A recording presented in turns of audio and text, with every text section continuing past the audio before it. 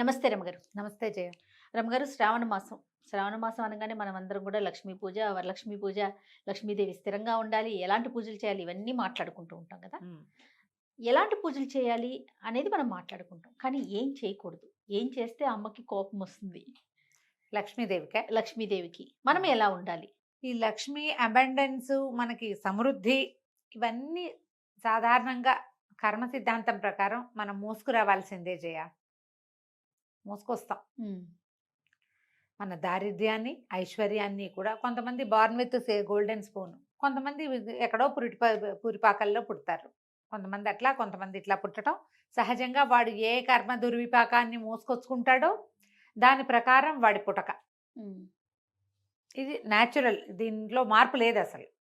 అయితే ఎదిగే కొందికి కొంతమంది బార్న్ విత్ గోల్డెన్ స్పూన్ అయినా కొన్నాళ్ళకి పాపర్లు అయిపోయిన వాళ్ళని చూస్తాం మనం. అవునండి. ఎవరో సంపన్నులుగా ఉండటానికి కంటిన్యూ అయ్యి అలాగే తరాల వెంబడి సంపన్నులుగా ఉండేవాళ్ళు కొంతమంది అయితే, సంపన్నుల ఇంట్లో పుట్టి కుమారరాజాలుగా పెరిగి చివరికి ఏమీ లేకుండా అయిపోయేవాళ్ళు.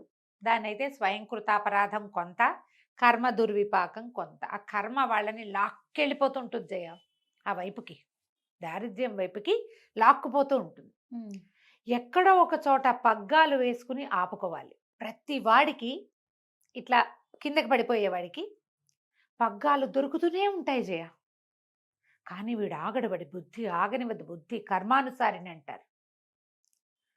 ఒక చాలా బలమైన జాతకం ఉన్నవాళ్ళు ఎవరైనా, చాలా బలమైన ఆత్మస్థైర్యం అవి ఉన్నవాళ్ళు ఎవరైనా, ఆత్మబలం ఉన్నవాళ్ళు పట్టుకోగలిగితే వాడిని హ్మ్.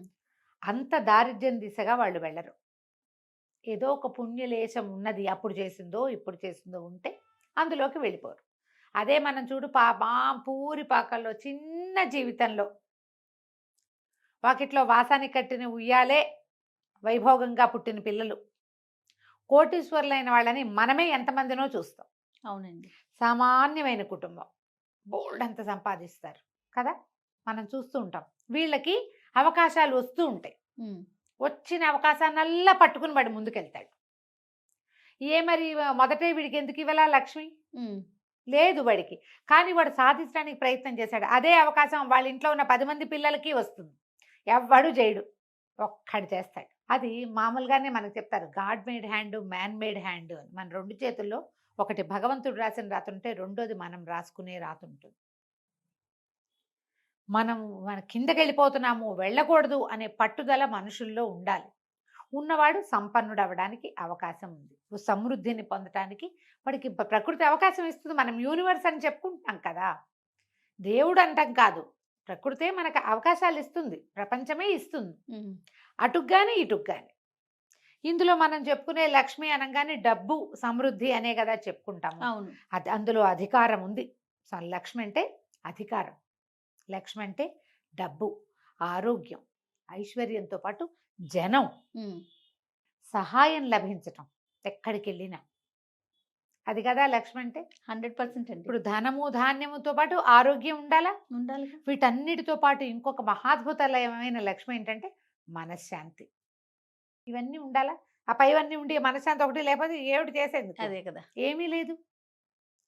ఇది ఉండాలంటే మనుషులకి సహజ సిద్ధంగా కొన్ని పద్ధతులు ఉండాలి.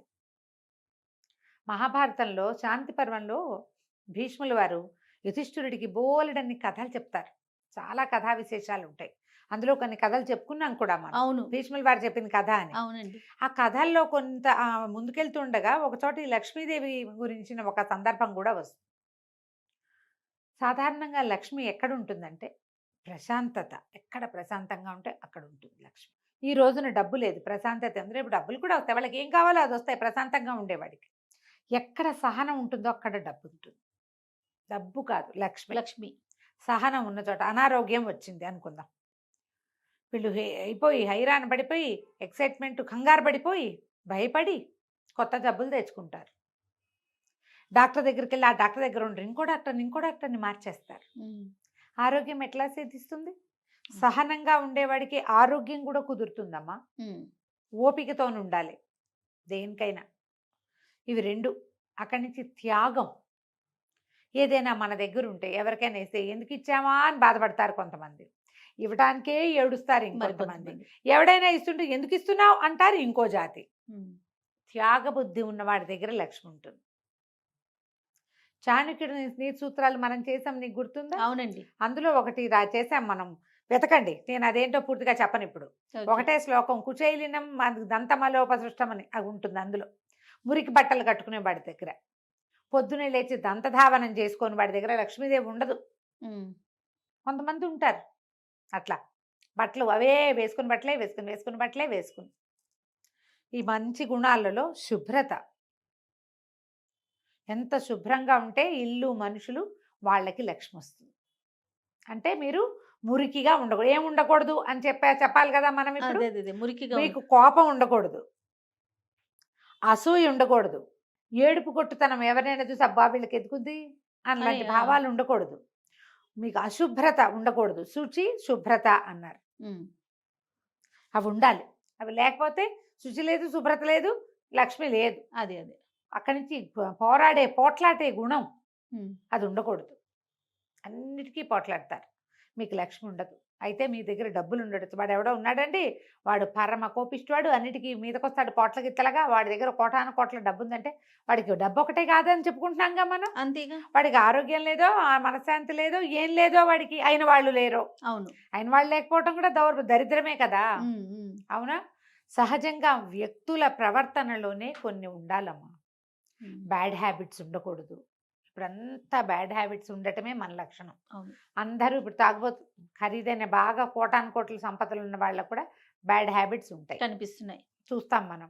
మనకి ఎప్పుడు ఒక ప్రశ్న వస్తుంది, వాడు అలా తాగి తిరుగుతాడు, లేదా తిరిగిపోతనమే ఉంది, ఏదో వ్యసనాలు ఉన్నాయి, వ్యసనాల పుట్టవాడు, వాడి వ్యాపారం మాత్రం ఎంత బాగుందో, ఎందుకుంది అట్లా? మీరు అనిపిస్తుంది. చెప్పిన ప్రకారం ఉండకూడదు కదా. అవును అవును. వెంటనే కోపం వస్తుందమ్మా, ఇలాంటివి చెప్పంగానే ఒళ్ళు మండిపోతుంది. ఆ. వాడు ఉన్నాడు మా ఫ్రెండ్ ఒకడు, వాడు కోటీశ్వరుడు కొడుకు, వాడికి అన్ని వాడికి లక్షణాలు అవి లేవు, ఉమ్. సకల కళాభిరాముడు వాడు, అంటారు. సకల కళ వెళ్ళప్పుడు మరి వాడికి ఎందుకు ఉందండి అంటారు. వెంటనే పిల్లలకి, పిల్లలకే కాదు జయ, పెద్దవాళ్ళ దగ్గర కూడా చూశాను నేను ఈ ప్రశ్న. మనం స్థిమితంగా ఉండకపోతే మన దగ్గర కూడా ఉండదు లక్ష్మి. నీకు వాడి దగ్గర డబ్బులు ఉన్నాయి అనుకుంటున్నావు అంతే, అదొకటేనా? మనం ఏం చెప్పుకున్నాం లిస్టు? ఇన్ని రకాల హ్యాబిట్స్ ఉన్నవాడు పూసుకుని చచ్చిపోతాడు ఒకటి, లేదా ఎక్కువ రోజులు తీసుకుని పోతాడు. డబ్బులుండే ఏం ఉపయోగం వాడికి? ఉమ్. ఏం లేదు. వాడిని ఎవ్వరు నమ్మరు,